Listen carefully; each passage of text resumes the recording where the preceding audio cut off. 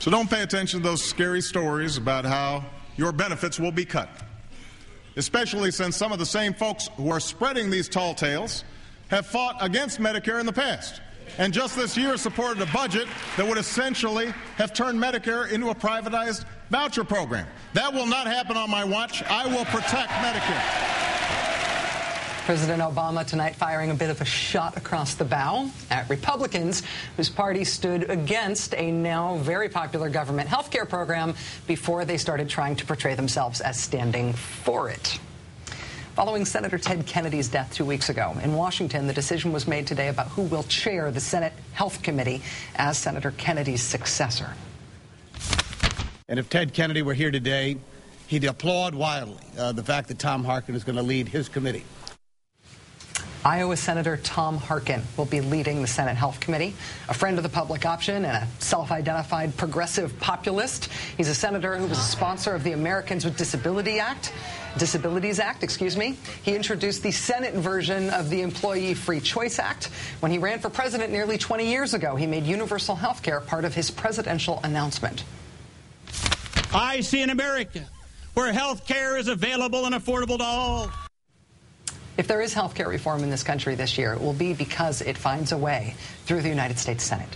And if it finds its way through the United States Senate, it will be in part because conservative Democrats have not found a way to block the president's agenda, even if Republicans couldn't, as well as the agenda of the rest of their party. So how are those prospects then? Joining us now is Democratic Senator Barbara Boxer of California. Senator Boxer, thanks for joining us tonight. Thank you for inviting me. Thank you for making your way over from there to here. Isn't that a beautiful sight? This is a great spot from which to watch it. What was your reaction to the speech tonight? I was touched. I was moved. I was so happy with the president tonight because he showed, I think, a fierce determination to get this done. And he spoke to our strength, I think, as Americans, all of us, that we have this problem, and it's a moral issue, and we can't turn away from it, and we all have to do our part. And boy, am I ever ready to go. I am so ready. As a matter of fact, I bumped into the president, just so lucky. I was on my way back to my little office, and there he came.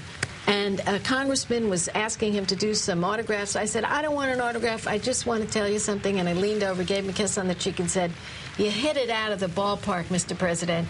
And you know what he said? He said, now let's get it done. And he said that loud. Everyone heard it. Now let's get it done. Somebody else might have said, thank you. You know, I really am glad. Did you really think it was good? Right. He's my friend. He could have said that.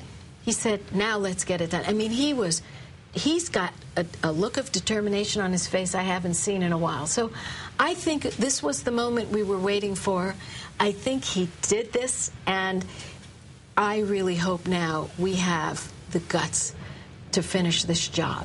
And I thought when he talked about Ted Kennedy, and he talked about the fact that Ted had written him and said, read this later, you know, after I'm not here anymore, and Ted explained why this is so important, it really, there was not a sound in that chamber. And the fact that Vicki was there and the children were there, you know, sometimes in this world, we don't let ourselves get touched. We feel, oh, is something wrong with us if we feel something.